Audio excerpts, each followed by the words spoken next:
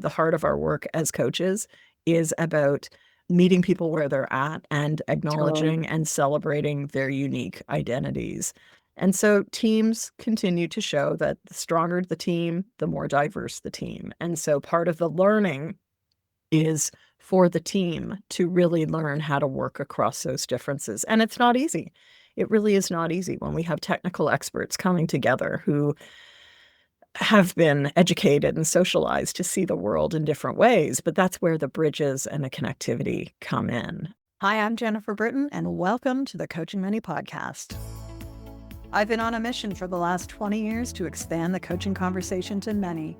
Along with my co-host, Ivana Valley, we're going to be exploring coaching as it relates to conversations, connection, and change in both personal and professional settings. Coaching Many is about creating empowering and thought-provoking spaces for conversation which strengthen relationships and enhance results. Throughout the Coaching Many podcast, we'll share tools, practices, and approaches to support you in your conversations, one dialogue at a time.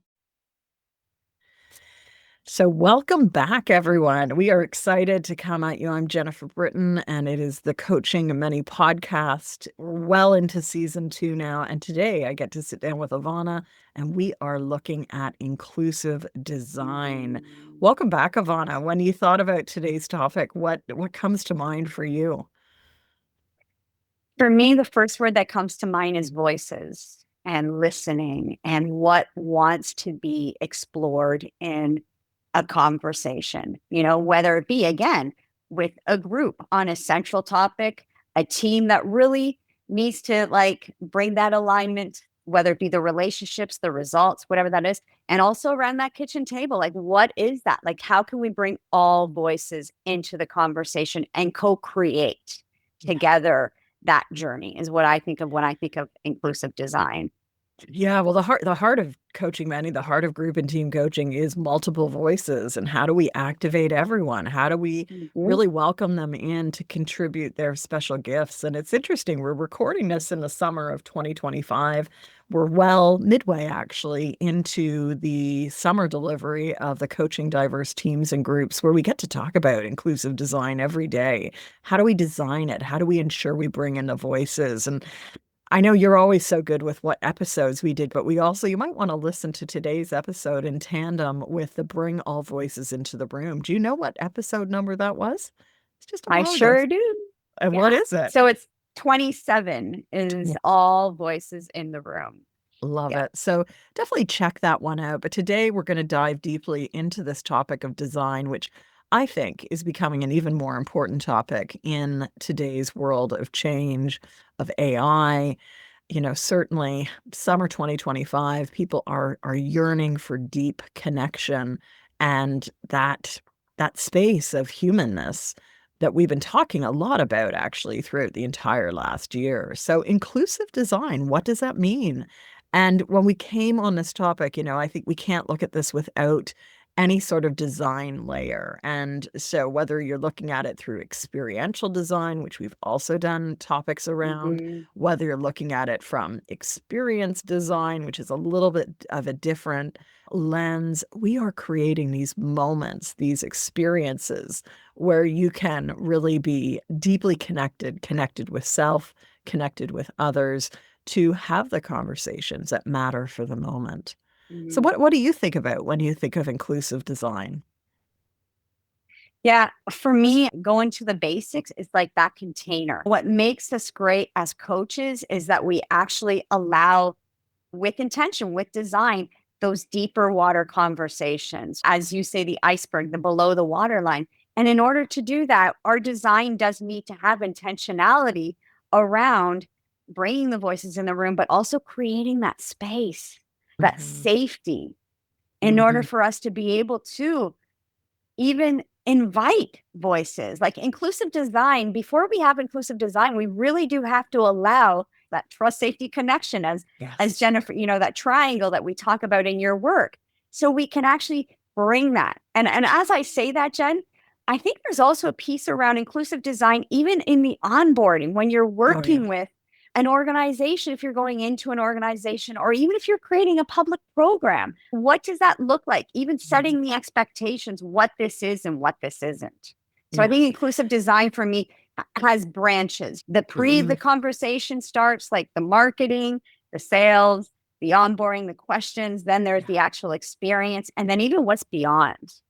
Completely. What happens beyond. Because every touch point, even before you step into the room, shapes the container in which people step into. And so what is it that we're creating? You might have seen me smiling because the loon is on the lake. We actually have a pair of loons, a mother and a dad loon, which is very rare. But I think for me in the experience, it's not just the people, it's also the space. Where are you? Even in a virtual arena, like where are you participating from? We have people join our calls from all over. Like, I'm just very sensitive to a recent call. Is someone in their car, but they weren't uncomfortable. They were like sitting there with the breeze coming through the car. And that also is a part of how do we set people up for success? How do we invite them to really come to conversations comfortable and able to speak about whatever is on their mind? Yeah. Because inclusivity means we've got every voice in the room, and every voice is going to be different. We are all different people, whether we're using any one of these sort of many assessments out there, frameworks, whether we look at it through the lens of strengths or styles, whether you look at it through our lens of the hybrid work styles that I talk about in my TED Talk. Everyone is different. They need different things. They're seeing the world through different layers and different lenses. And that really means that their expectations, as you said, are going to be radically different. So how are we taking time and making space for people to get to know us as coach, but also for people to get to know each other? And that is the distinguishing factor. Is the coach over-engineering? So even some of you might be listening to this point saying, but wait, we're coaches, we're not designers. Yes, and as soon as you go to coaching many, group or team, we've got to have some really good design jobs. And that's a whole other skill set. Yeah. You're like sparking so much into what you're sharing. It's like, wow.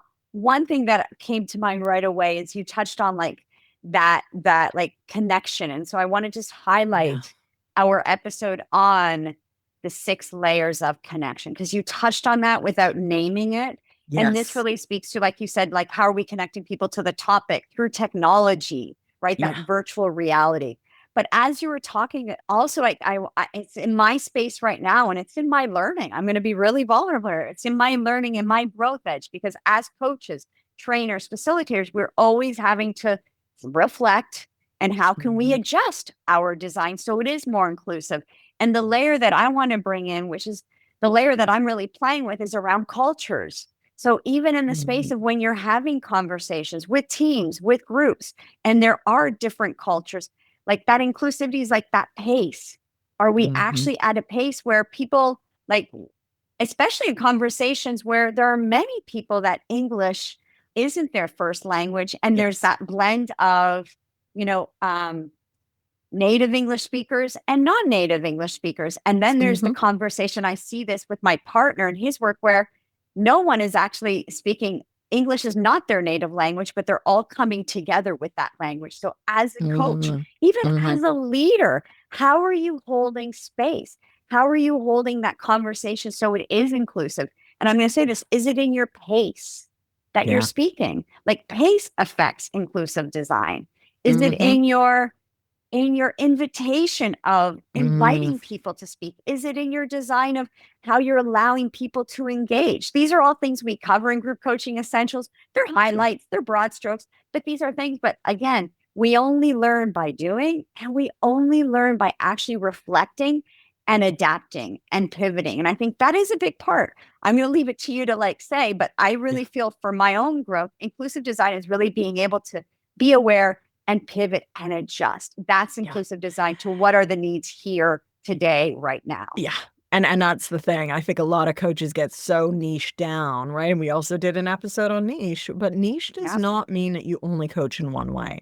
And I think that is the heart of inclusive design. We've got to have our range. Hence why I did the group and team coaching superpower quiz, and we offer the Activate Your Group and Team Coaching Superpower programming to really help you look at what is your natural, what is your primary, but what are your secondary and tertiary skills as well? Because we need to create these, I'll use the word again, containers, these spaces. I prefer spaces to really have everyone feel seen, have everyone feel valued and heard. And this was really brought home for me again. I think in our last episode, I talked a little bit about the work I was doing a few weeks ago with some writers up here, non-coaches, diverse group. Very much everyone needed something. So in our time together, we only had an hour. We did 3 different things. We did Mhm. journaling prompts, we did the conversation sparker charms, and we also did the dice. And I think, that sort of sparked people in different ways. And that is part of Mhm. inclusive design. It's not just about one thing. What is going to welcome people in? And also, what are the things that might repel people? So, as a designer, and program design has been my backbone since the age of 16 when I was designing aquatic programs for young people. We always want to think about safety, right? Not just the baseline of safety, but what is the stretch zone and how do we take people from, a level of comfort that is successive? How do we build on? How do we scaffold, which is the term that we use in design? How do we scaffold so that people are able to create the learning they need in order to move to the next element? And I think this is part of the challenge of the adaptive landscape right now, where there is so much change and so much churn. How do you know enough to be able to see something and experience something with a label, right? We experience things, but when is learning really formed? And I don't want to get too far down the path of the woo woo woo, but Mhm. scaffolding is really important to think about because we only learn when there's something to hang our learning on, right? Like if you imagine you have a hanger, and really our brain is always looking for these hangers to say, ooh, I know that this is something secure that I can put my learning around. The hanger is never alone. It's going to go with others. So the scaffolding is Mhm. really critical because I need the baseline. I need the foundation before I can add on advanced thinking, learning, insights. Are we providing that runway? Are we even helping in a coaching conversation, Yeah. help clients recognize what do they need to do first? What do they need to really anchor perhaps before they move to the next phase? So I just want Mhm. to say like inclusive design back to your point of pacing, everyone is moving at a different pace. The cadence is going to be different from person A to person B. And so how do we really look at the common good, as Brundtland said in the 1980s, to really create an inclusive group experience where people do Yeah. feel welcomed and valued, even if you have a cross-sectoral group or team, which we know is the strongest. We are creating spaces where someone who might have only been in a workforce for 2 months feels just as welcomed and feels like they're contributing just as much as the person who's been there for 40 years. But how Mhm. often do we do that? Right. But that is what we're talking about in inclusive design as well. It's not just learning styles, it's abilities, work length, work tenure, abilities. And I'll say this as someone who has navigated the world for the last 25 years with like literally one good eye. I don't talk about that a lot, but I have a disability. And we also want to like really involve people to see and experience the world in different ways. Right? Mhm. Why don't I do a lot of details? It's because my eyes aren't that great. They're really, as I age, they're really not that great. Big strokes, great, but little details, hard for me to see. And so again, if you have someone in a group who does have a visual impairment of some sort, how are you designing for that? And that either creates connectivity or Yeah. disconnection, right? It comes back to connectivity at the end of the day. Yeah. Something that I see in our programs, Jen, and I want to just kind of spotlight this a little bit is some like the growth that I see through people coming through group coaching essentials, and especially when they go on to do the practicum, is they really get to see this. Wow. Living in Italy for 5 years, I've lost a little bit of the political correctness. And so I'm going to just be the disruptor in this conversation, but without harm intended. but like this homogeneous, like it's not a cookie cutter solution. It's not a one solution fits all. So even you highlighting this piece around a visual impairment or even a language or a generational difference, which can be inclusive to me, even in the course, in the class that you were talking last night in coaching diverse teams, because I'm joining you in that. Diverse teams are the strongest teams. Yeah. And if I can name the elephant, a lot of leaders, a lot of coaches, a lot of humans rub with that. Because whether it be culture conditioning, family conditioning, whatever that is, we all have to get along, and we all have to like want the same things and believe the same things. And it is impossible. We don't live in that world. Yeah. And I'm going to And say, this is my growth. This is my stretch. And it's like, wow. And being I'm going to say a citizen of the world, I think it's really been highlighted to me, but I also need to bring more intentionality to that. And so I share that with you all because I think it's something that we all need to kind of take a pause and go, okay, where are we?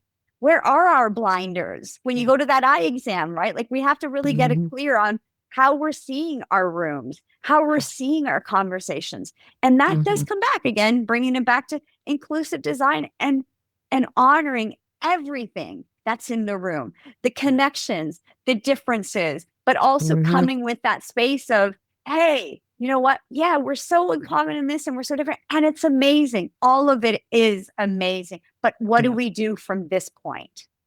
What do we do Absolutely. from this point to move forward? Yeah. And that's it. When you're in a team, we need to create that alignment while building on the diverse strengths and experiences and talents that are in the room. In a group, though, I do want to spotlight everyone is on their own pathway. So how do we create enough of a shared experience so that people can learn with and from each other while they continue along their journey? Because groups will wrap up at some point, whether it's a couple months, whether it's a couple of years. There is a point where we really maintain our individualism in the collective experience. I think this is a very politicized conversation right now, right? You and I have some privilege here. We're both Canadian. Yeah. You live globally. I'm Canadian. It's part of our DNA. It's part of our human rights code. Just we are all different, and that may turn off some listeners, and I'm sorry if it does, but at the heart of our work as coaches is about meeting people where they're at and acknowledging and celebrating their unique identities.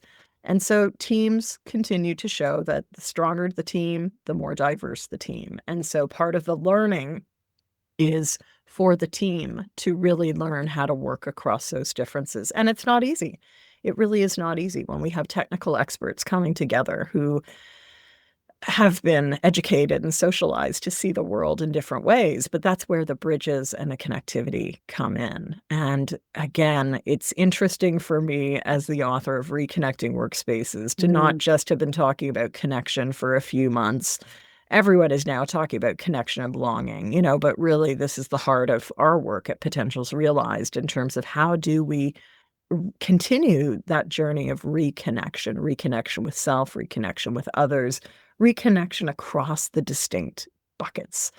So I want to take us a little bit into a couple of other pieces as we come to maybe the midpoint and end point of today's inclusive design.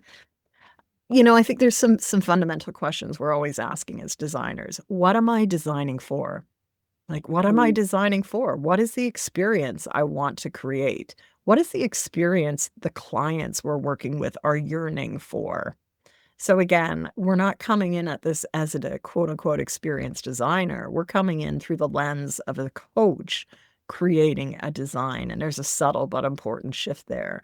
And as a coach, we're there to serve. It's not my agenda, it's the client's agenda. So what are they really looking for? Final piece that before I open it back up for a bit of discussion is what is going to create this exceptional experience? Different writers call it different things, right?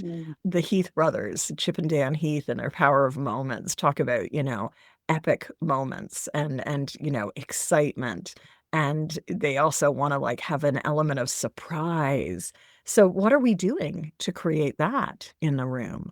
Because I think it's easy to get ourselves in ruts, especially in the process of change. When there's so much change around us, what do? We revert to our natural, like whatever, Mhm. which, that's good. But where does learning happen? Learning happens in the stretch zones. So is the stretch from the context we are engaging with?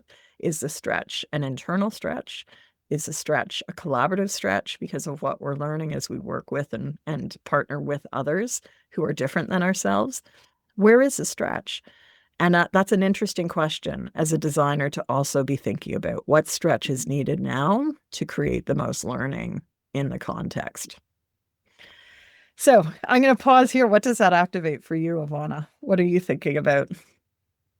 For me, what's being activated, and we've talked about this, and I've seen this in my own conversations around like sometimes like the stretch, thinking about stretches like that elephant in the room. Like, what's the stretches? Like, what needs to be said? What wants to be said?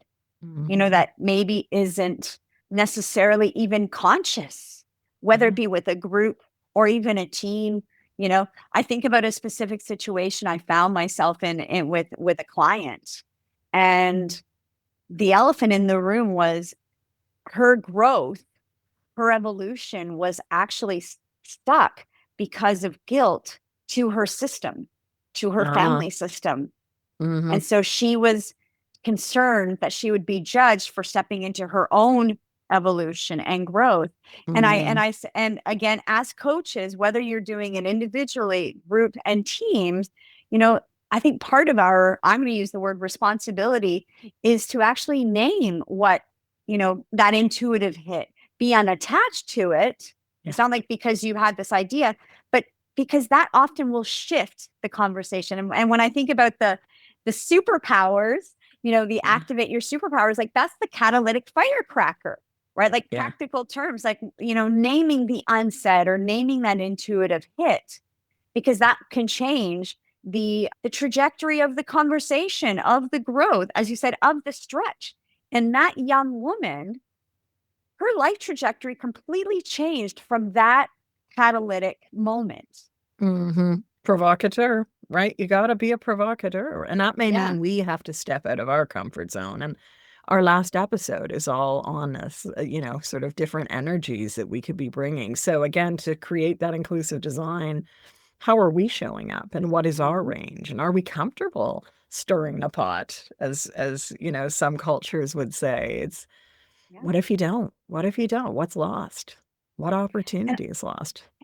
And I'm going to say this because I am one of those people. So, like, Les, you and I love having conversations with you. We are so impassioned by this work, but we're also two completely different women, Yeah, leaders, coaches. coaches, and I think it's really powerful to have that. Like, because I can say for myself, like, you inspire me, but you also provoke me, right? And I That's think that's really important, even in terms of that community. And I think this is why we have community calls, and we're Mhm. hearing this from our own alumni community. Hey, like, I want to just come together and like talk more about this and talk what's going Yes. on, you know and I actually had a point to all of that preface. And a woman of 51 who's going through perimenopause, let's name that.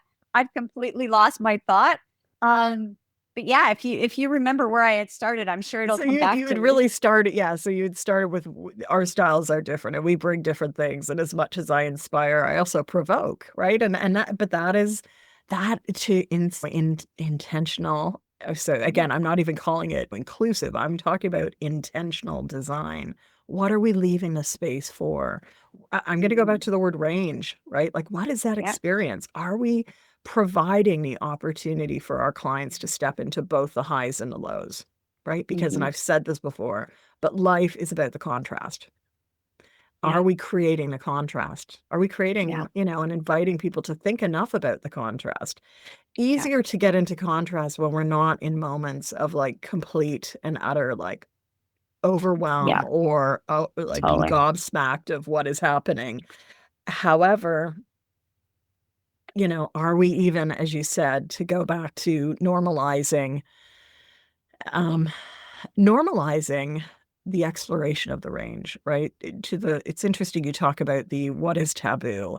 That's the question I ask the teams that I work with. I actually Mm, had a dream the other night and in the dream I was coaching and I was asking this team that I had just met, like, what is taboo? And they were terrified to answer that because mm, there's so much at stake, right? Like in a lot of this, there is so much at stake. So as we yeah, create inclusive design, we also have to recognize that that may be seen as threatening yeah, to the status quo or threatening to certain powers that be. And that means, we have to be confident in our abilities to totally. stand for me, it's a human rights issue. It's we Yeah, have to bring all voices in the room. yeah, And it's just an imperative because the power of the collective is always going to be more powerful than the power of one person.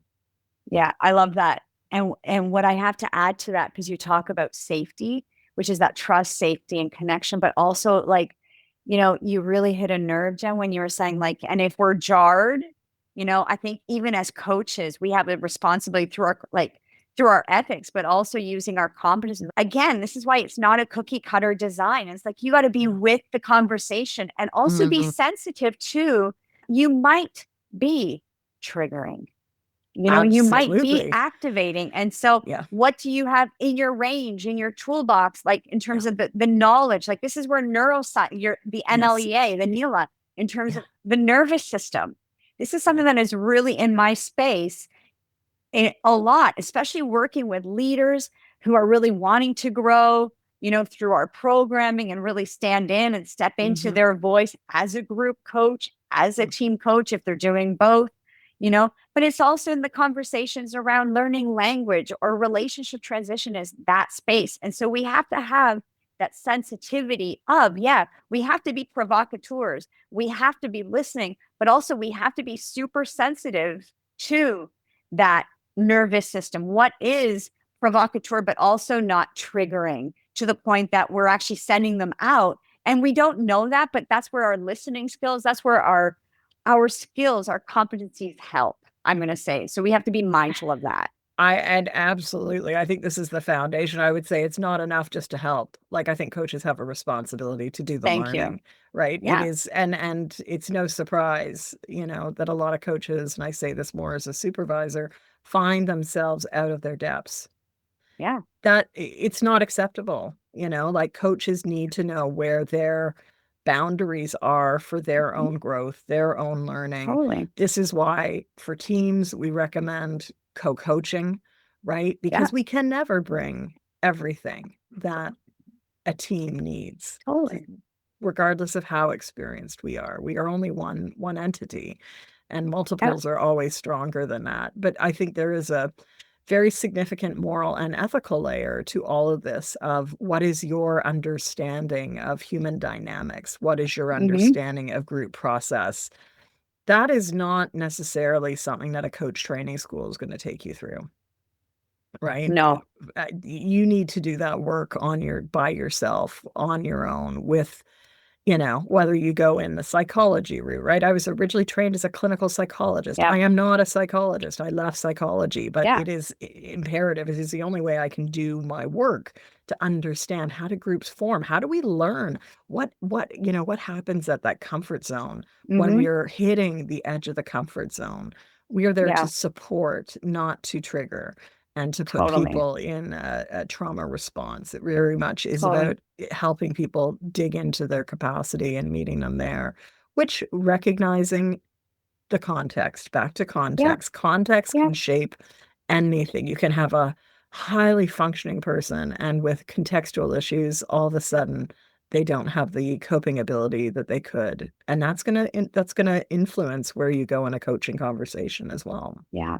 So I want to just make this really practical because, this is one of our promises around our podcast is like, let's talk practically. So we talk about range, yes. And so we have to invest in our learning and our CCEs, all mhm, that. But you also touched on the piece around co-coaching. That's one way to get support yeah, while you navigate and build your range. There's also supervision, right? Like yes, like supervision is another tool to really support the coach having support as they're navigating, as they're stretching, as they're growing. Yes. So is that something that you want to be thinking about? And then there's also that peer accountability. We talk about this, like peer groups, peer coaching groups, and build a peer accountability group with people of the 5 superpowers. Yeah. And so you can actually have conversations and hear how that is.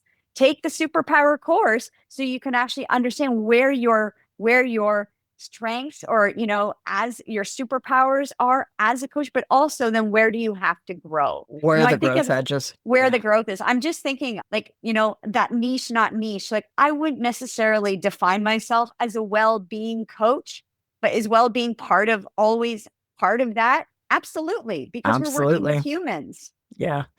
You know? Even for me, people would not think of me as a work-life coach, but that's where I started. Those are my roots. I have people coming back to me in 2025 around the work that I did in 2004 saying, can you do this? Because yeah, it's at the heart. It's at the heart. At the heart, because we're working with humans. Yes, We're working with exactly. humans. Yeah. So whether you want to think about today as inclusive design, human design, it really is about creating these spaces where people want to come and flourish together and learn with and from each other. So as we go to wrap up, because these episodes we know are always very rich. We hear from you as listeners. Some of you listen as you're driving. Many of you are now getting into the appreciation that this is a bi-weekly rhythm. I think there's a lot of episodes that we've bridged from. So be sure if you haven't listened to all the episodes, which I doubt you would, go back, right? Go back to our last one. Go back to, I think you mentioned some others, the connection episodes. Yeah. We just hope that this is sparking you. Personally, I hope that this is sparking you to think about how do I open things up more so that the people I serve, the people I support, and I'm in dialogue with are going to get even more out of the conversation. And what do they need to thrive? Truly, what is needed for them to just flourish and thrive? Yeah. I love that. I love that. And on my side, through this conversation, we haven't really named them, but I just think of some of the competencies, right? Like even the coaching agreement. What do you want to focus on? Yeah. What success look like for you in group coaching? It's as an individual on this theme. Yeah. What's important about this? Help them connect to that and be listening to what the voices in the room want and co-create that. Yeah. And I would say it's the voices in the room and it's even the voices beyond the room for a team. Thank you. Right? What is the world needing Sure. from this team right now? What are people needing from you as a team? And I think that's also relevant for people as groups coming together. Like, what are the people beyond this circle that we're in? Like your families, your peers. Like it could be just even group coaching is also a bunch of leaders on the trajectory for emerging leaders. I think what you said is beautiful and on point. Yeah. Right. Yeah. And so I think about that. I think about even the competency of maintaining presence. Are we there? Are we actually present to what's being said, but what's not being said? What actually needs to be said? What actually wants to be said, but maybe is afraid to be said, which goes back to that safety. Are we creating the space for people to even feel like they can breathe, let their guard down, and actually maybe take a moment of pause to open their hearts, to even consider opening themselves up to a possibility? Yeah. Well, it's risky work, but it's so important. So important in a world of change. So with that, as always, Ivana, a pleasure. I'm looking forward to sitting down with you again to do our next episode. And we want to hear from you. Let us know. What are the episodes you want? We've got a whole list. We've got people who are going to be coming and joining us on the podcast in this season. So stay tuned for that. And yeah, just having fun. So I only have a few more weeks left of recording up here. You may have heard the loons in the backdrop. You may have heard some birds, but I hope that you appreciate the sounds of nature. Because to me, inclusive design is also about bringing in a natural ecosystem. We didn't touch that, but I think before I leave here, we've got to do an episode on nature-based programming of all sorts. Yeah. So enjoy the rest of your day. And thanks, listeners, for joining us as always. Take care. Bye for now.